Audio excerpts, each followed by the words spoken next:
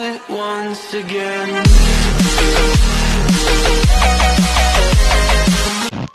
হেৰিয়াত আছে ক'ত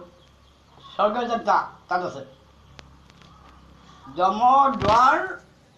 দুখন সাগৰ পাৰ হৈ গৈ ৪,০০০ নে ৬,০০০ ইমান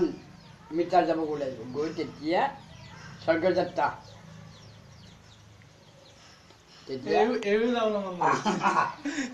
আমাক লৈ যাব চাই আহিমগৈ মহাত্মা গান্ধী নিছোঁ নহয়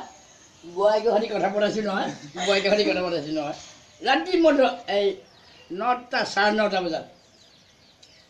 বৰষুণ দিয়া নাই যাওঁতে বৰষুণ দি আছিল নহয়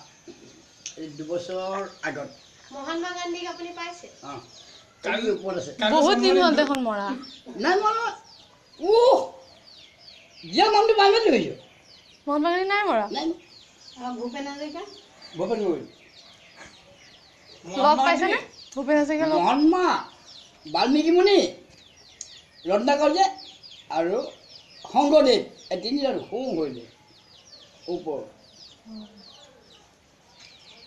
আপুনি পাই থাকে লগ আৰু মই কথা পাতি থাকোঁ এতিয়া আকৌ এই কেইদিন পাছতে যাব লাগিব মিটিং মই মেইন হেড অঁ কাইলৈ জন্মদিনটো মহাত্মা গান্ধী মহাত্মা গান্ধী কাইলৈ ২ অক্টোবৰ গান্ধী জয়ন্তী কাইলৈ কাইলৈ জন্মদিন হ'ব পাতিবনে তাত বৈকুণ্ঠত তাত নোৱাৰে কেক কাটিব লাগে তাত। হিচাপ তাত কেক নেকাটে অঁ কেক মানুহে কাটে তাত ক'ত কাটিব ন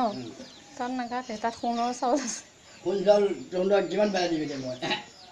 মই আহিম লগত বোলে এতিয়া দেও পেলাই মই সিফালে কেনচেল কৰি বোলে মই এই আমাৰ ঘৰত দিব ধৰ। অঁ আমাৰ ঘৰত দিব লগত গাঁঠিবোৰ লগাই দিবি আৰু মই সিফালে চাটকৈ ওপৰলৈ লৈ যাম তাৰ তাৰ মানে সোণৰ তাৰ ইয়াত ডিঙি ৰখালেও তুলি খাব পিন্ধিবি নহ'ব মায়ে বস্তুটো মায়া